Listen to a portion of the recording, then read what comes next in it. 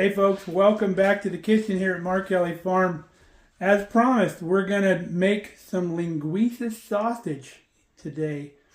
Can't get it here in Nebraska, but it's one of my favorite sausages. So let's get to this.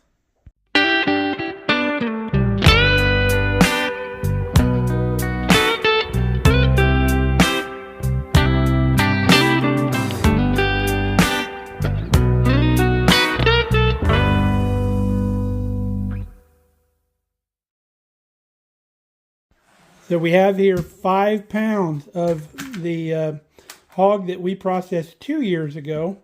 I earmarked this for Linguica. We did it through the large plate on the grinder because traditionally Linguica is actually not even ground. They chop it up with a knife. So they have big pieces of fat and everything, and the sausage is kind of chunky. But we did it in the grinder with the large plate. So I took this out a couple days ago and put it in the fridge to thaw. So we're going to get our dry spices together for this mix. First thing is 2 1/4 tablespoons of kosher salt.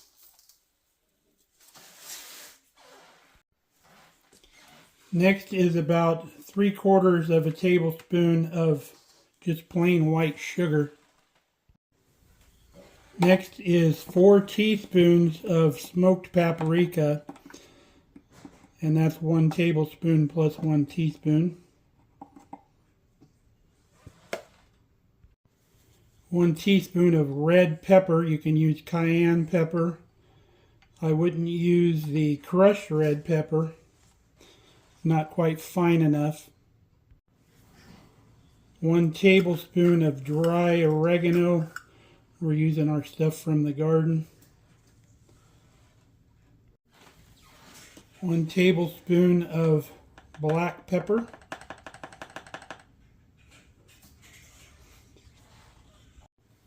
1 teaspoon of meat cure. This is regular, like Instacure. Or some people call it pink salt, but it's not pink Himalayan salt. You don't want to use Tender Quick as a substitution because it doesn't have the same amount of nitrates in it. Use your pink curing salt. Going to give all of our dry spices a little mix. Break up any clods that are in there.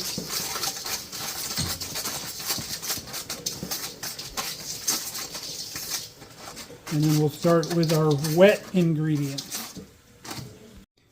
So you want 3/4 cup of red wine, preferably Portuguese wine. We're using a tawny port, which is a really good port wine. But you could use like a Hardy Burgundy or something like that if you wanted to. And the last ingredient is 1/2 cup of chopped or minced garlic. So now we're going to mix that up. Smells absolutely amazing. And this will do 5 pounds of pork.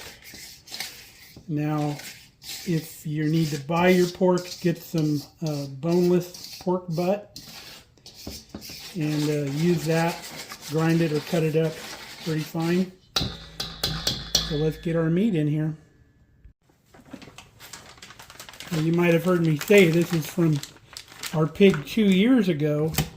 And if you vacuum seal your meat, it will last a good long time, up to like 5 years before you get any adverse flavors in your meat or if it starts tasting old, because there's no air in that bag. You don't get any freezer burn either. Okay, now it's time to get in here with clean hands. No better mixer utensil than what God gave you. And we're going to mix all this very thoroughly.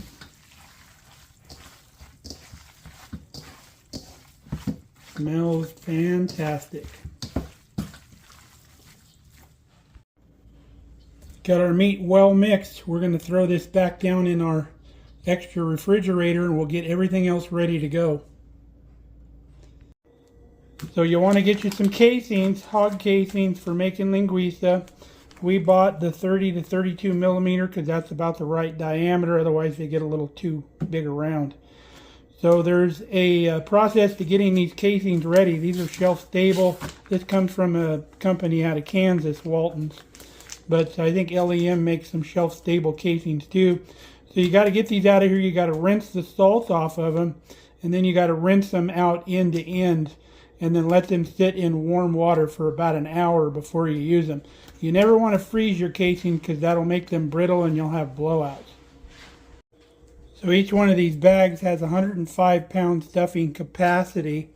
There is 5 of these pre-strung sleeves. They come on these little plastic tubes, which makes them really convenient. So we're only going to use one of these for just 5 pounds. We put the rest of them in a Ziploc bag. We'll seal those up. Those will last a good long time in the fridge. So we'll start rinsing these. So we're just rinsing out our sausage casings from end to end. And then we'll get them back into the bowl to soak for an hour as per the directions. Okay, our casings are going to soak for an hour. I leave the ends draped out so I can find them. Let's go get our sausage stuffer. So we have a 20-pound sausage stuffer here. I also have a 5-pound, but you'll learn if you start buying the sausage equipment, a 5-pound stuffer doesn't stuff 5 pounds worth of sausage. It'll only do about 3 at a time. So this 20-pound will only do around 15 maybe. So we're just going to use our 20 pounds so we can just do it all at once. The tub tips out here so you can fill it. And then you got a high-low speed on your crank. This is the high one that moves this really fast. And then when you start stuffing, you pull this out and put this on here. So we'll get the meat stuffed into this thing. We'll get the casings on it. And I need to get it clamped down to the counter. Otherwise, it's a 2-person operation. Okay, we got our stuffer clamped down. Time to put our meat into our canister.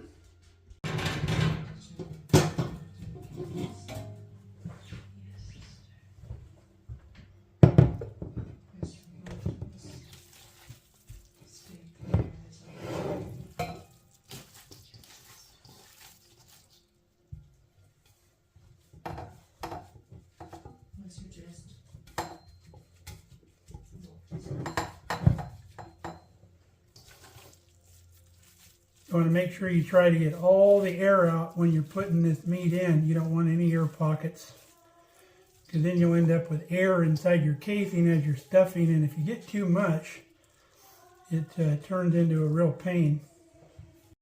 Get our meat in our tube. Now you see this little thing right here. This is a vent that allows the air to escape as the plunger goes down in there. So I've kind of angled the meat in the tube to where the low end is over here lined up with this vent. So as it starts pushing the meat, the air can vent out of there. So now the only thing that's left before we get going is to put our casing onto our tube. You just open it up, slip it over the end. You want to make sure this is good and wet, and then push it all the way on.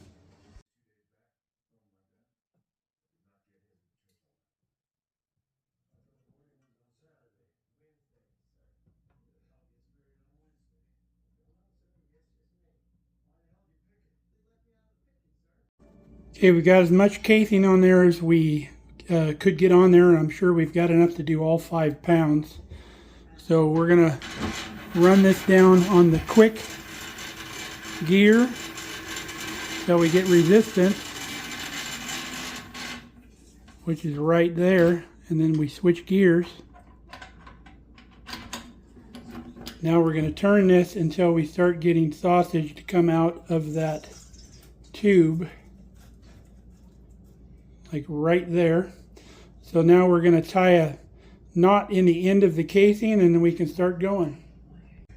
Now as you crank, you want to hold tension right here with 2 fingers, and that's going to make sure your sausage fills up to capacity. If you hold too much tension and it gets too tight, you might have a blowout. So let's start squeezing.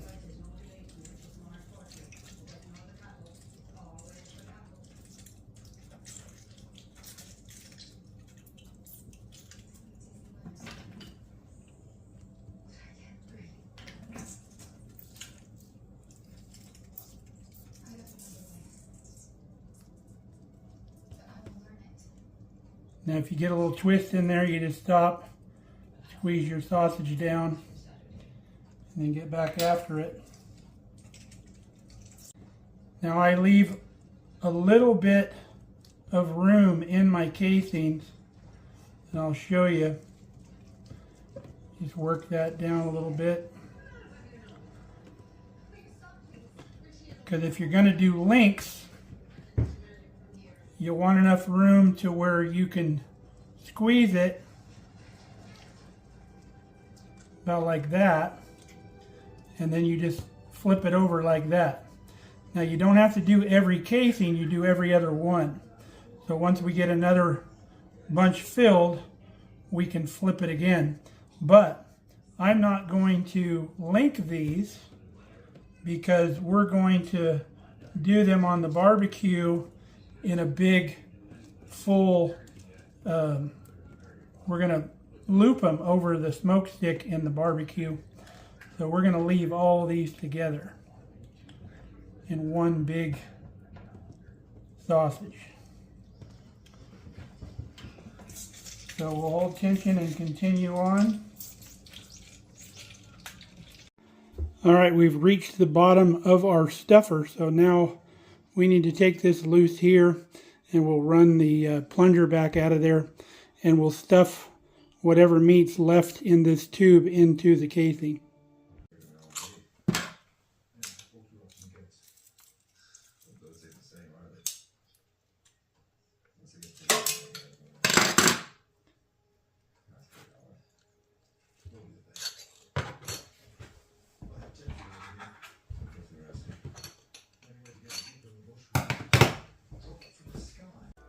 You can see we have some little air pockets in here, so just take your toothpick and release that air. They make little picks especially for this. And then once you see that you've released it, you can squish everything back together real quick. So go through your whole sausage, and anywhere you see those little air bubbles, just go ahead and pop them out. Okay, it looks really good. So what we're going to do with this now is we're going to get a drying rack. We're going to place inside of our sheet here to get the sausage up off the sheet. We're going to put this in the refrigerator overnight. So we're going to smoke this tomorrow. So let's get it ready to go. We've got it on our drying rack. We've left kind of a gap all the way around everything. So let's get it in the fridge, and then we'll see you tomorrow. Now the rest of our casing we'll take out of the water, and we'll resalt it. We'll put it in another bag. I'm going to be making some more sausage here in the next week or two, so we'll use that up. Now it's a tradition, whatever's left in the can is put into a skillet, and you cook it up real quick and you give it a try.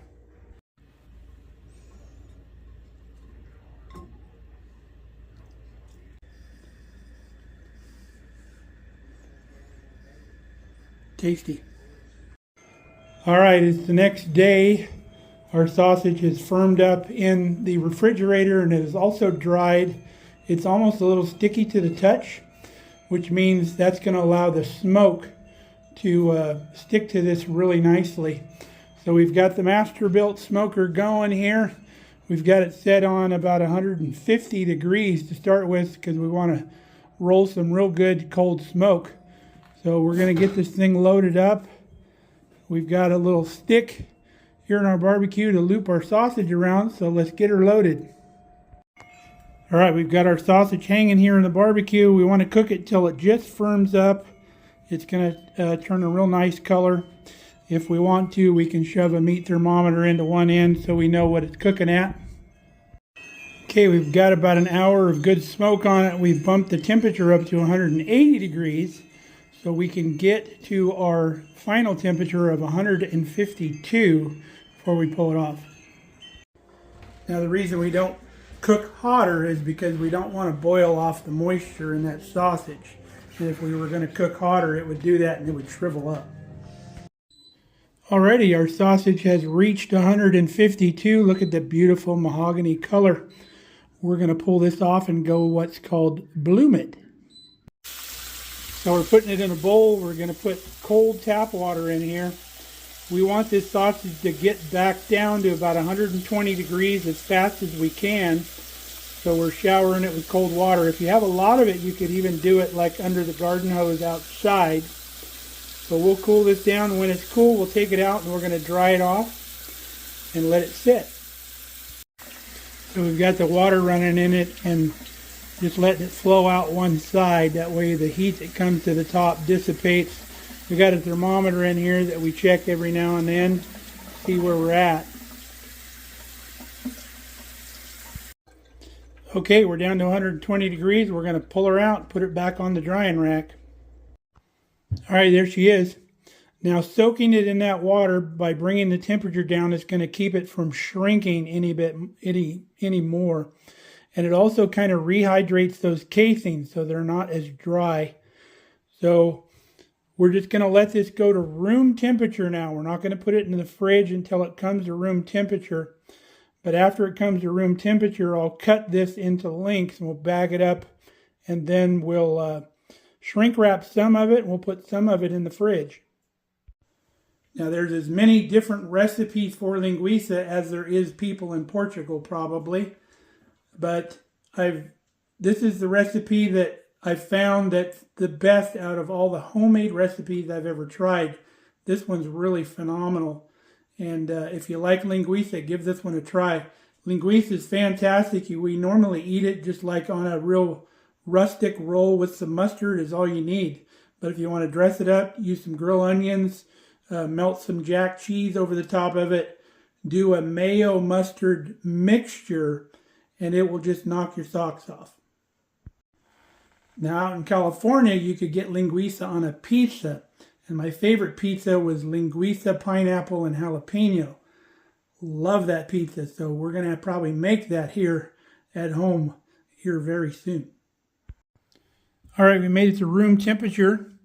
It's nice and dry, so we're going to get it vacuum sealed. There's our gorgeous linguiça all packed up. We've got 8 packages. I'm putting this one in the fridge for really soon. All these are going to go in the freezer. So if you've never had linguiça sausage, you need to try this. It's amazing. You just can't beat it.